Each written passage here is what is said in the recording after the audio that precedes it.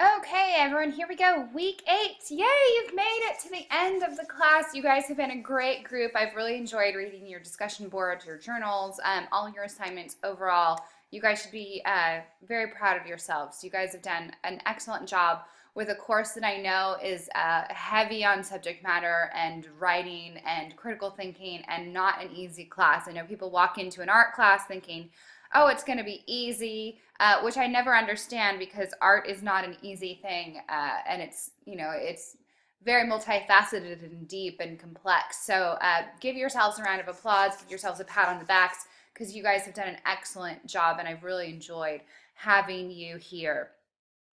So let's go ahead and go over what we have going on for this last week of class. So we went over the capstone project a little bit last week, and I'll go over that a little bit more. Before I jump into that, though, let's just go over the other two things you've got going on.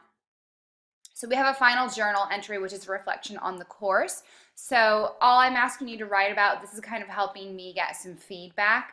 All I'm asking you to write about is what has been your most eye-opening experience in taking this class, and why. Is there any constructive feedback you have about the course? So again, just one page, double space, 12-point font is what I'm looking for, the equivalent of that, and just embed it, or not embed it, I'm sorry, just write it right into the text editor or copy and paste it and submit it that way. You don't have to submit any attachments for that.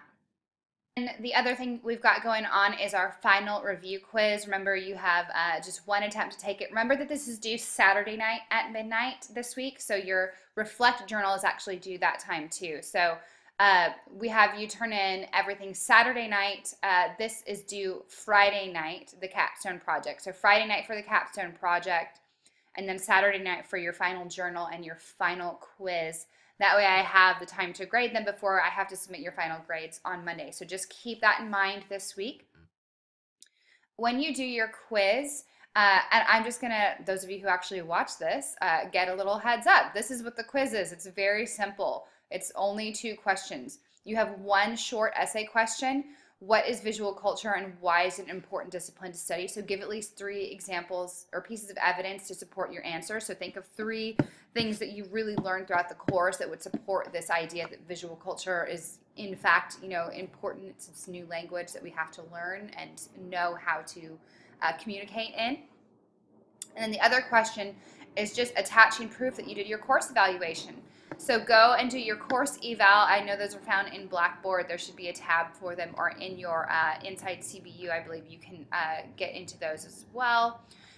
So basically, you can take a screenshot or print as a PDF the completion page of your that you've done your course evaluation. You can do that on the home page, I believe, of where all your course evals are. It'll show which ones are completed. You don't have to submit your actual course evaluation because they are intended to be anonymous, but I'm actually giving you 10 points in the class just for doing your course evaluation because they are that important to us. We do read them. Please provide feedback. It really helps us out on what's working in the class, what needs to be adjusted. So that's that. Your quiz, super easy this time. I keep it pretty short and sweet. And let's go ahead and look a little bit deeper at the capstone assignment. I've been getting some emails throughout the week, a little bit of confusion here. Make sure that you go and read this link, What is a Case Study? This is going to help you, I think, in understanding what it is I'm talking about, because students keep emailing me, okay, is it 3 different case studies on one of the perspectives, or are we doing one artwork? Or this is what it is. There's 3 case studies, right? A case study is, each case study is going to take one perspective. So you might do one case study on a work of art has value in itself. And for that one case study, I want you to find a work of art that you think is a good example of what Schaeffer is trying to explain. So you're basically using an artifact, a visual aid, to explain this perspective. So you're doing that 3 times. So you will have 3 separate case studies, and for each of those case studies, you will have a work of art that pairs with it that you think is a good supporting piece of supporting evidence for that case study, okay? I hope that clears that up a little bit and makes sense. Make sure they're from the 20th or 21st centuries because we're contemporary visual arts and culture after all. Um, Feel free to use the artists that we've looked at in class. Use Andy Goldsworthy, use Makoto Fujimura, use Ai Weiwei. Some of these interesting people that we've looked at. Feel free to use them or use whoever you might want to use. Just make sure it's 20th or 21st century. So 1900 is the earliest that we can use for this assignment. These don't need to be quote unquote Christian artists. We can use a lot of different material for this. And because the idea that Schaeffer is communicating is how to look at all art from a Christian perspective, right? We don't have to agree with everything he says. I don't necessarily agree with everything he says, but he offers us some really good tools for looking at art from a Christian perspective. And he offers us, things to think about if we may not agree with it. We have to know what we don't agree with to understand where we stand sometimes on certain issues. These are some good sources you might want to use, which you should be familiar with a lot of these by now. International Arts Movement is the organization and website that Makoto Fujimura launched. SIVA.org is Christians in the Visual Arts. So if you do want to find, actual Christian artists, this would be a good place to look. So you can go to their blog, you can go to the exhibits, and that should, give you an idea of what to look for or some different, artists that are out there. It's a pretty cool resource.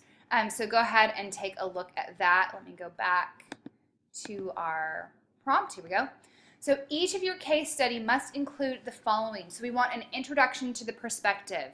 So, you can include that. Maybe it's a subtitle. Include, if you're doing a work of art has value in itself, maybe have that be the subtitle for your perspective. For your case study.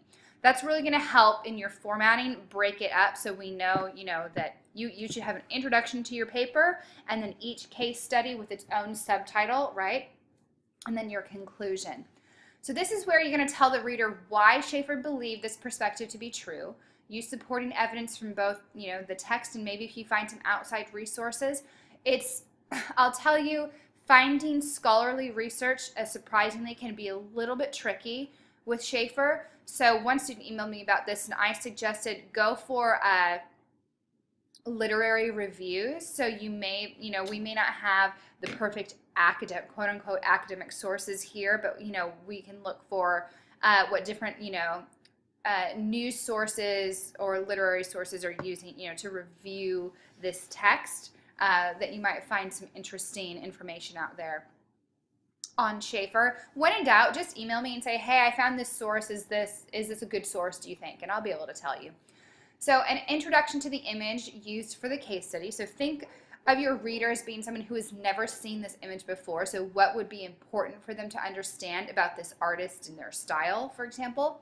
And then what you're going to do to further that is you're going to use Panofsky's intrinsic level. So you're going to give your reader context to the image, right? Why was the image created? What does it mean for the artist who created it? Include some outside research on that artist to validate your claim. So we're kind of taking what we did before in your theory apt papers and applying that here, but you don't need to give me the primary and secondary level. We just the intrinsic. That's all I'm wanting you to do. So don't take up time in your paper and space doing these other two levels. That's fluff. We don't need that. We just want to get into that deeper level of understanding and meaning making in that intrinsic level.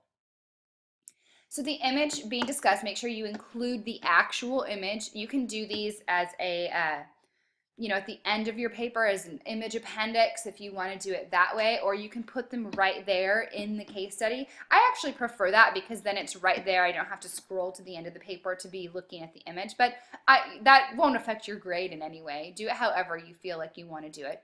And make sure you caption your artwork like we've been practicing all 8 weeks.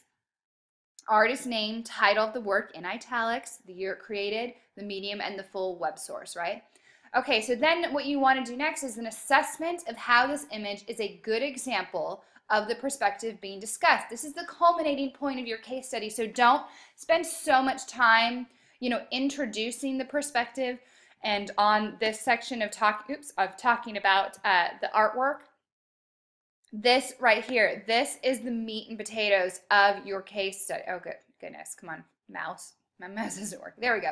This right here is what I really want you to focus on. Everything else is kind of leading up to this point.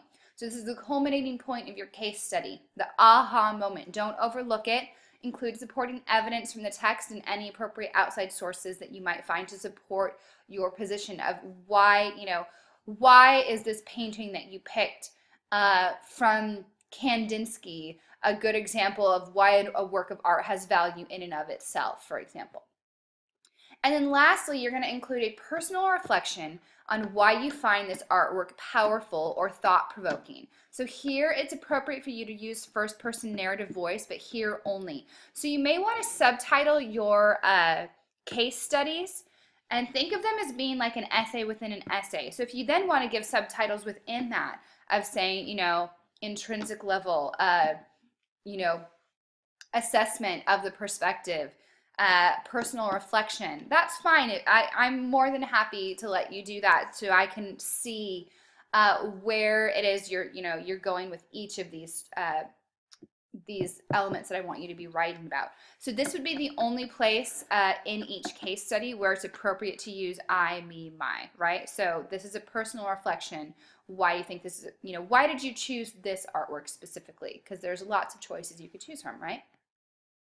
So each case study must include a minimum of 3 outside sources. One of those can be the Schaeffer text per case study. So that means really if you're using Schaeffer, if you're quoting Schaeffer in each of those case studies, that's already 1 for each, which means you'd only need 2 more for each case study. And you're going to have at least one on the intrinsic level of Panofsky, right? So you can have 1 or 2 of those for each, or you might have another, literary review that you've used on Schaeffer for each of those.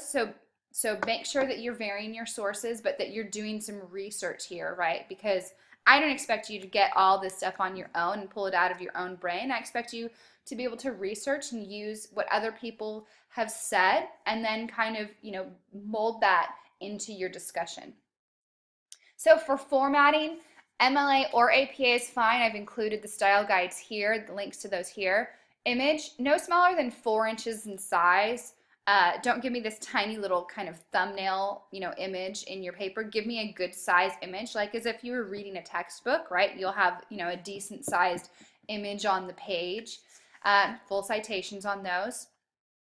Your paper should include a strong introductory paragraph followed by the 3 case studies, formatted with subtitles, and end with a strong conclusion, right? In your conclusion, consider overall how Schaeffer is a useful tool for looking at art from a Christian perspective.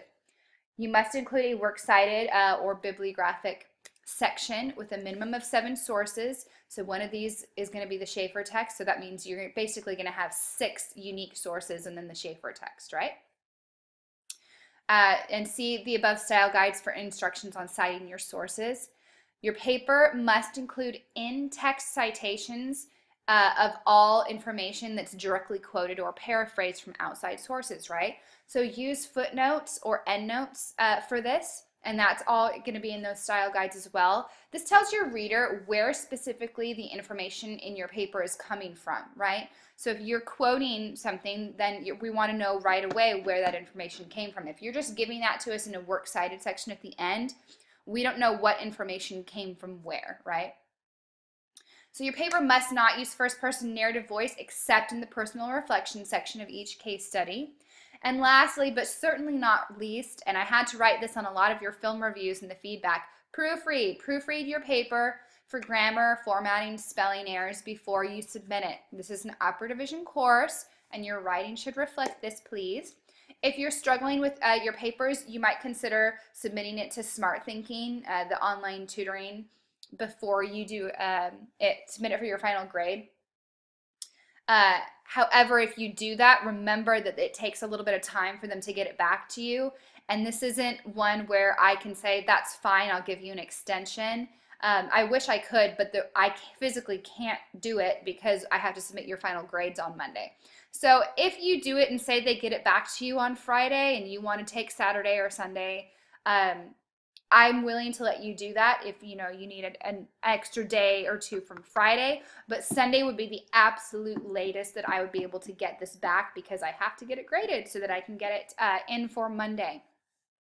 I know that's a lot going on in this paper, but I like to give you as much information as I can for this. The only other thing I will say to make sure you look at is, if you go ahead into the assignment prompt here where you would submit it, view the rubric, okay? Because I've broken it down for you into formatting and organization, what I'm looking for there, your works cited section, an introduction, each case study, and I've broken each case study down into writing about Francis Schaeffer, writing about the selected artwork, and then your personal reflection. So I've given you a lot to go on here.